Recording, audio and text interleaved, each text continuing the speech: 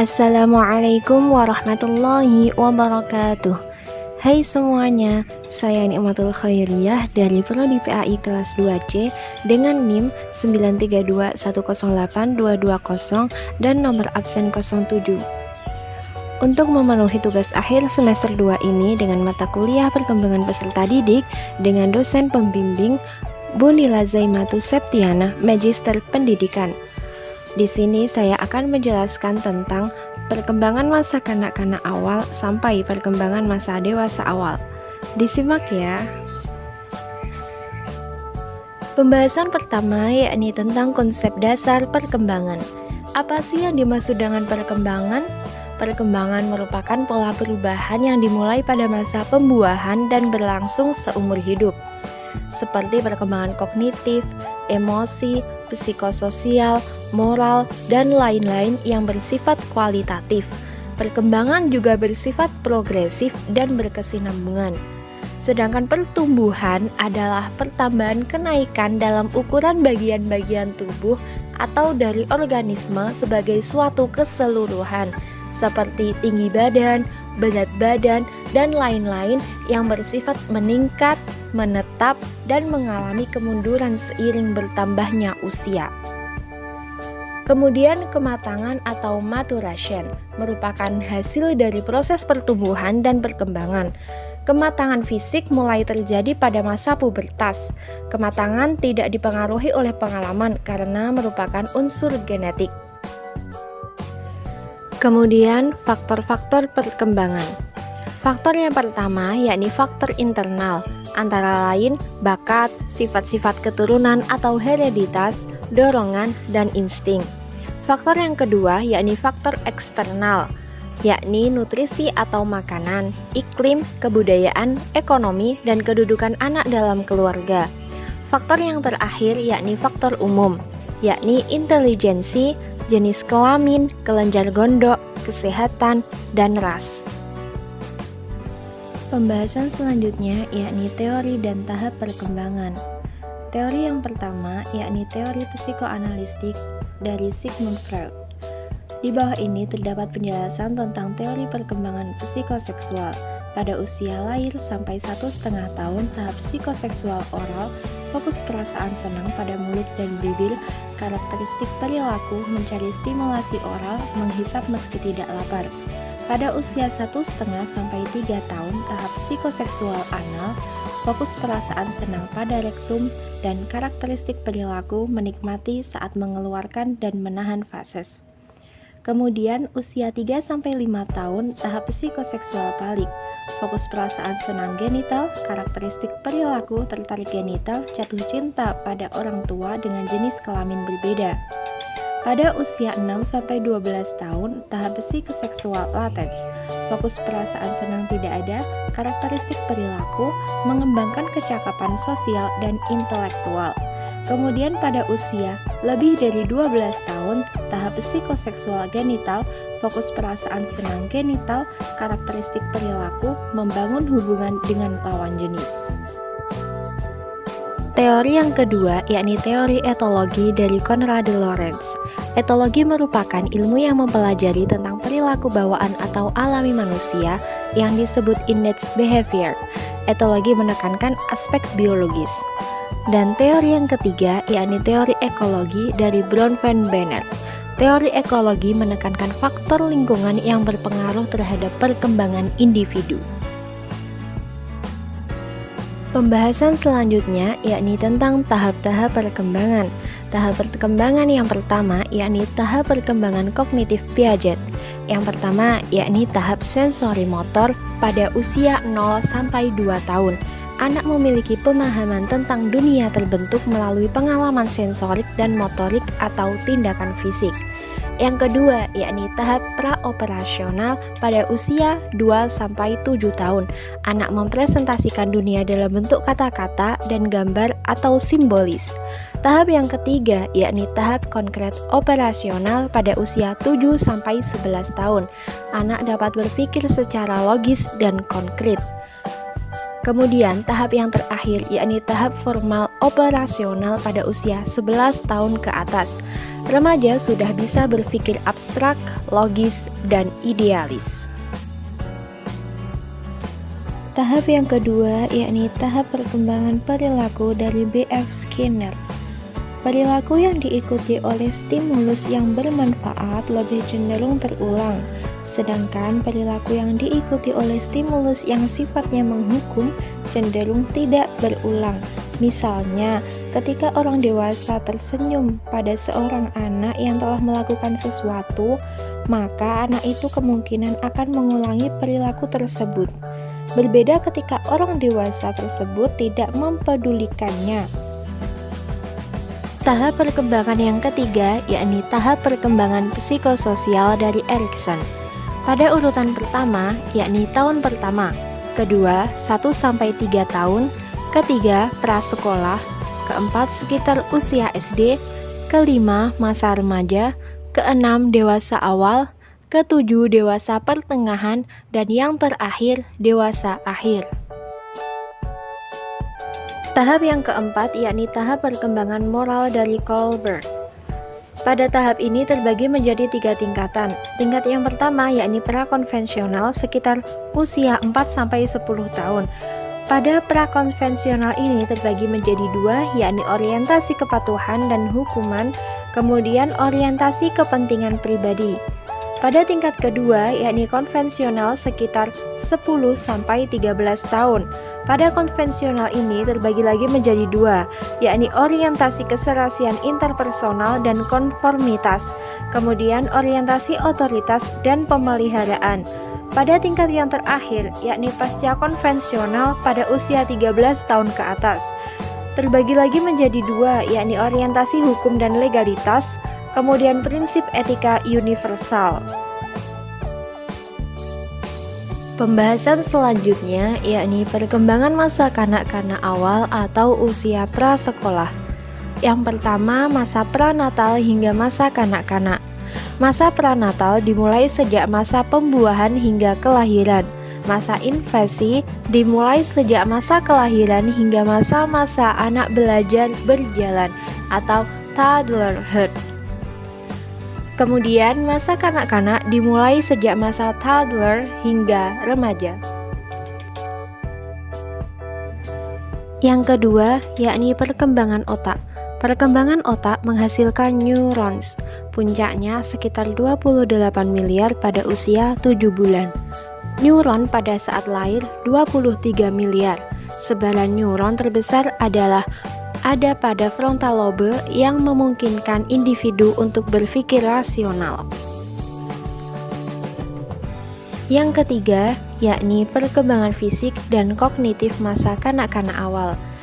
Yang pertama, perubahan fisik. Perubahan fisik yang menonjol pada masa ini adalah pertumbuhan tinggi dan berat badan. Kemudian, perubahan kognitif. Pada tahap ini, anak-anak mulai mewakili dunia dengan kata-kata, foto, dan gambar. Mereka membentuk konsep yang stabil dan mulai membuat argumen. Kemudian perkembangan bahasa. Saat usia 2 tahun, anak dapat berbicara sekitar 200 kata. Hal ini terhubung pada perkembangan kognitif pada masa bayi. Yang keempat, yakni perkembangan sosio-emosi masa kanak-kanak awal. Perkembangan ini ditandai dengan munculnya emosi evaluatif yang disadari rasa bangga, malu, dan rasa bersalah, di mana kemunculan emosi ini menunjukkan bahwa anak sudah mulai memahami dan menggunakan peraturan dan norma sosial untuk menilai perilaku mereka. Yang kelima, yakni perkembangan moral masa kanak-kanak awal. Perkembangan moral mencakup moral reasoning, moral feeling, dan behavior. Moral feeling terkait perasaan cemas dan bersalah. Moral reasoning menurut Piaget terdiri dari beberapa tahap, yakni tahap pertama pada usia sekitar 4 hingga 7 tahun. Anak-anak menampilkan moralitas yang heteronom, yakni anak-anak berpikir tentang keadilan dan aturan sebagai properti dunia yang tidak dapat diubah, disingkirkan dari kontrol. Kemudian tahap kedua dari usia 7 hingga 10 tahun. Anak-anak berada dalam masa transisi yang menunjukkan beberapa fitur tahap pertama penalaran moral dan beberapa tahap kedua moralitas otonom. Kemudian moral behavior berfokus pada perilaku moral daripada pertimbangan moral. Kemudian peran keluarga pada masa kanak-kanak terkait dengan pola asuh yang diterapkan orang tua, seperti otoriter, demokratis, permisif, dan lain-lain. Selanjutnya tentang peran hubungan sebaya, bermain, dan televisi. Teman sebaya merupakan sumber informasi dan pembanding dunia luar dengan keluarga. Bermain merupakan masa-masa kebebasan anak dalam mengeksplorasi perkembangan kognitif, sosial, emosi, bahasa, dan moral. Sedangkan TV memiliki pengaruh positif dan negatif. Pengaruh positif jika kontennya tentang pendidikan yang sesuai untuk anak, namun jika konten tidak sesuai akan berpengaruh negatif terhadap perkembangan anak. Selanjutnya, pendidikan pada masa kanak-kanak awal. Variasi pendidikan masa kanak-kanak awal terkait dengan model pembelajaran, strategi yang tepat, media yang digunakan, dan lain-lain. Pendidikan untuk anak yang kurang beruntung atau disabilitas, perlunya pendidikan khusus pada masa kanak-kanak awal agar anak yang mengalami gangguan dapat segera diberikan bantuan yang tepat dan dapat melalui tahap perkembangan selanjutnya dengan baik. Pembahasan selanjutnya yakni tentang perkembangan masa kanak-kanak tengah dan akhir atau usia sekolah dasar. Yang pertama adalah perubahan fisik. Apa aja sih perubahan fisik yang dialami oleh anak usia sekolah dasar? Pertumbuhan anak rata-rata 7,6 cm dan berat badannya sekitar 1,8 kg hingga 3,2 kg per tahun. Kemudian perkembangan kognitif pada usia sekolah dasar. Anak memasuki tahap operasional konkret yang terjadi pada usia 7-11 tahun. Anak dapat melakukan operasi konkret, bernalar secara logis, mengurutkan dimensi kuantitatif atau seriasi, dan menyimpulkan sesuatu. Kemudian keterampilan pemrosesan informasi, memori, dan berbahasa anak meningkat. Perkembangan selanjutnya yakni perkembangan bahasa. Kosakata anak meningkat dari 14.000 pada usia 6 tahun menjadi 40.000 pada usia 11 tahun. Kesadaran metalinguistik meningkat. Anak mampu mencerna kata dan kalimat kompleks. Anak mampu memahami teks tertulis dan menggunakan bahasa dalam budaya yang sesuai. Perkembangan selanjutnya yakni perkembangan sosio-emosi.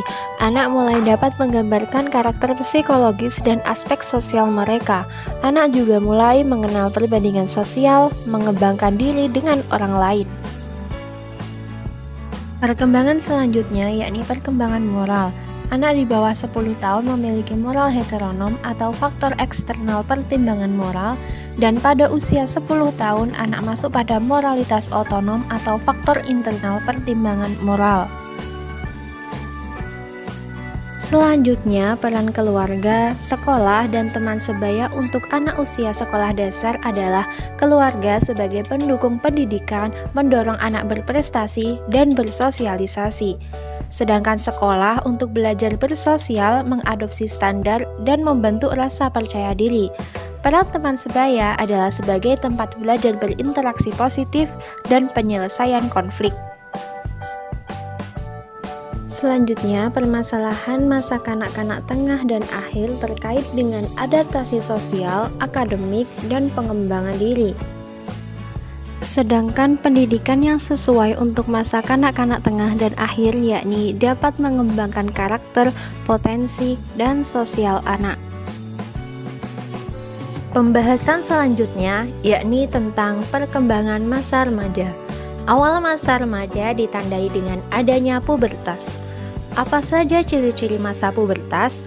Masa pubertas dimulai usia 10 tahun ke atas dan dipicu oleh hormon gonadotropin, yaitu hormon yang merangsang estrogen pada wanita dan hormon testosteron pada pria.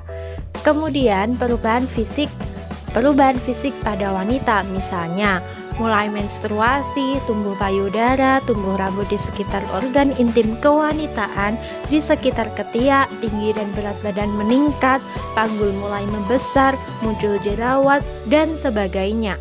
Sedangkan perubahan fisik pada pria, misalnya mulai mimpi basah, pertumbuhan penis dan testis meningkat, peningkatan tinggi dan berat badan, massa otot, suara makin membesar, tumbuhnya beberapa rambut di bagian tertentu, seperti bagian organ intim, ketiak, bagian wajah, dan lain-lain. Pubertas dipengaruhi oleh faktor genetik dan pola hidup, seperti pola makan, olahraga, diet, dan sebagainya. Masa pubertas ini adalah masa peralihan dari masa kanak-kanak menuju masa remaja. Bagi orang tua maupun guru diharapkan dapat mendampingi anak di masa pubertas, karena anak harus melalui beberapa penyesuaian yang dapat menimbulkan stres ataupun depresi. Selanjutnya, perkembangan otak di masa remaja. Beberapa bagian otak yang berkembang antara lain korpus kallosum, merupakan serabut saraf yang menghubungkan sisi kiri dan sisi kanan otak. Fungsinya adalah menghubungkan informasi baik sensorik, motorik, juga kognitif. Yang kedua, sistem limbik adalah sekelompok struktur otak yang saling berhubungan yang berfungsi terhadap respon dari perilaku maupun emosi. Di dalam sistem limbik, salah satunya yaitu amigdala. Amigdala mempunyai fungsi mengontrol rasa takut dan juga marah. Perkembangan selanjutnya yakni perkembangan kognitif. Menurut teori Piaget, masa remaja memasuki tahapan perkembangan operasional formal. Di sini individu mulai bisa berpikir abstrak, idealis, dan logis. Perkembangan selanjutnya yakni perkembangan sosio-emosional remaja. Mengadopsi dari teori psikososialnya Erikson, pada masa remaja memasuki tahap identity versus identity confusion. Pada masa ini, remaja berfokus untuk mencari identitas diri, seperti mencari tahu seperti apa bakatnya, kepribadiannya, minatnya, dan sebagainya. Jika remaja sudah menemukan identitasnya dengan jelas, maka tidak akan terjadi identity confusion atau kebingungan identitas. Kebingungan identitas akan berakibat pada perilaku yang seperti follower dalam kehidupan sosial remaja. Remaja juga akan kesulitan dalam menentukan pilihan karir di masa mendatang, kegiatan yang menunjang diri mereka, sehingga penting bagi orang tua maupun guru dalam membantu individu dalam mengembangkan potensi yang dia miliki. Perkembangan selanjutnya yakni perkembangan moral remaja. Menurut teori perkembangan Colbert, remaja memasuki tahap post-konvensional, yakni nilai-nilai moral sudah terinternalisasi dengan penuh dalam individu itu sendiri, sehingga pertimbangan moral individu berdasarkan nilai-nilai yang sudah ada dalam dirinya. Selanjutnya, peran keluarga untuk anak usia remaja adalah memonitoring, bisa akademik, sosial, potensi, dan sebagainya. Kemudian, kebebasan dalam kasih sayang. Keluarga mensupport individu dalam bentuk kasih sayang, motivasi, dukungan atau apresiasi, dan sebagainya. Kemudian, tempat untuk menanamkan nilai. Keluarga merupakan sekolah pertama bagi anak. Oleh karena itu, penanaman nilai lebih bagus ditanamkan sejak dini di lingkungan keluarga. Selanjutnya, peran sekolah untuk anak usia remaja adalah tempat belajar dan tempat bersosialisasi. Di sekolah, siswa dituntut untuk berinteraksi dengan temannya yang lain agar dapat mencapai perkembangan sosial yang baik. Selain itu, peran sekolah juga untuk pengembangan potensi siswa. Selanjutnya, peran teman sebaya untuk anak usia remaja. Yang pertama, tempat untuk membentuk persahabatan. Dalam persahabatan, kemungkinan anak akan belajar bersosialisasi dengan baik, mengembangkan keterampilan komunikasi, dan belajar untuk menyesuaikan diri dengan lingkungan sosial. Peran teman sebaya selanjutnya terkait dengan hubungan asmara, karena pada masa remaja anak sudah mulai berpikir dan mulai memiliki ketertarikan dengan lawan jenis. Oleh karena itu, individu perlu diarahkan kepada hubungan yang sehat agar dapat menunjang perkembangan dirinya, bukan malah sebaliknya. Selanjutnya terkait dengan masalah remaja. Apa aja nih? Yang pertama, kenakalan remaja, misalnya kecanduan obat-obatan terlarang, alkohol, tawuran, bullying, dan sebagainya. Selain itu, terkait dengan psikologis seperti stres, depresi, dan sampai mengakibatkan bunuh diri. Masalah lainnya di bidang penyesuaian diri, baik di bidang akademik, pribadi, maupun sosial. Ada juga yang berkaitan dengan bidang sekolah, biasanya terkait dengan kedisiplinan, prestasi akademik, dan sebagainya. Masalah terakhir terkait dengan masalah sosial, persahabatan, juga hubungan asmara. Pembahasan selanjutnya tentang tahap perkembangan masa dewasa awal. Masa transisi dari remaja menuju dewasa terjadi sekitar usia 18 sampai 25 tahun. Masa ini merupakan masa eksplorasi diri termasuk dalam hal cinta dan karir. Namun juga sekaligus masa ketidakstabilan dalam hal tersebut, masa self-focus, terutama dalam kewajiban sosial, tugas, dan komitmen dengan orang lain. Perkembangan pertama yang dialami pada masa dewasa awal adalah perkembangan fisik dan kognitif.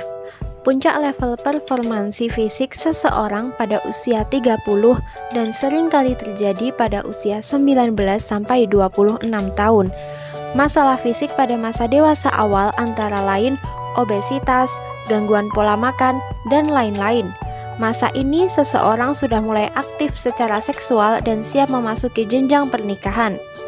Perkembangan fisik dan kognitif dewasa awal memasuki tahap pemikiran postformal, yakni pemikiran yang reflektif, relativistik, kontekstual, profesional, realistis, dan dipengaruhi oleh emosi. Reflektif, relativistik, dan kontekstual berarti ketika memecahkan masalah, seseorang akan berpikir secara mendalam dan mengaitkan dengan berbagai aspek dalam kehidupannya. Profesional berarti seseorang mulai bersikap skeptis tentang sebuah kebenaran dan mereka akan melakukan pencarian kebenaran secara berkelanjutan. Realistis, hal ini berarti bahwa seseorang tidak selalu berpikir abstrak. Puncak kreativitas dewasa pada usia 40 tahun kemudian mengalami kemunduran. Perkembangan selanjutnya yakni perkembangan sosio-emosional. Temperamen dewasa awal tergantung pada konteks dan pengalaman individu yang masing-masing berbeda satu sama lain. Dewasa awal lebih menunjukkan mood yang slow dan bertanggung jawab. Beberapa kasus dimensi temperamen pada masa kanak-kanak berhubungan dengan masalah penyesuaian diri pada dewasa awal. Bentuk kasih sayang pada masa kanak-kanak juga berhubungan dengan pola hubungan dan hasil perkembangan masa dewasa. Seperti pada masalah kanak-kanak, kelekatan juga ada pada masa dewasa awal. Jika pada masa kanak-kanak kelekatan lebih pada pengasuh, maka pada dewasa awal kelekatan lebih kepada lawan jenis atau hubungan romantis. Persahabatan pada masa dewasa awal penting dalam emotional support. Dalam kehidupan keluarga dan pernikahan ada 3 macam karakteristik: menikah dan bekerja, menjadi orang tua, dan berdamai dengan perceraian. Perbedaan fokus antara laki-laki dan perempuan. Perempuan fokus pada hubungan, sedangkan laki-laki fokus pada mengembangkan hubungan dengan orang lain. Selanjutnya, gaya hidup masa dewasa awal. Karakteristik gaya hidup dewasa awal antara lain single atau lajang, tinggal bersama, menikah, bercerai, menikah kembali atau remarried, gay, dan lesbian. Selanjutnya, menikah dan berkeluarga. Gottman, seorang peneliti tentang dunia pernikahan, mengidentifikasi 7 hal yang bisa membuat pernikahan berhasil. Yang pertama, establish love map. Di sini masing-masing pasangan memetakan wawasan, kehidupan, dan dunia masing-masing, sehingga saling memahami satu sama lain secara detail termasuk kesukaan, hobi, dan lain-lain. Kemudian memelihara cinta dan kekaguman. Yang ketiga, berpaling ke pasangan atau tidak saling menjauh ketika terjadi konflik. Selanjutnya, membiarkan pasangan mempengaruhi kita, dalam arti bersedia berbagi kekuasaan satu sama lain atau tidak ada yang mendominasi dalam keluarga. Kemudian, mengatasi konflik yang bisa dipecahkan, karena ada 2 macam konflik, yakni yang bisa dipecahkan dan yang tidak bisa dipecahkan. Hal yang tidak bisa dipecahkan terkait keyakinan dan lain-lain. Selanjutnya, mengatasi kebuntuan dengan berdialog. Misal, yang satu orang suka bersosialisasi namun pasangannya adalah seorang yang antisosial, maka perlu berdialog yang baik. Yang terakhir, membuat makna kebersamaan. Semakin besar kemungkinan mereka akan menciptakan makna bersama dalam pernikahan mereka. Pembahasan yang terakhir yakni masalah pada masa dewasa awal, antara lain masalah yang berkaitan dengan karir atau pekerjaan, masalah hubungan atau relationship, kemudian masalah kehidupan cinta dan pernikahan. Sekian penjelasan dari saya. Apabila ada kesalahan, saya mohon maaf dan terima kasih. Semoga bermanfaat. Wassalamualaikum warahmatullahi wabarakatuh.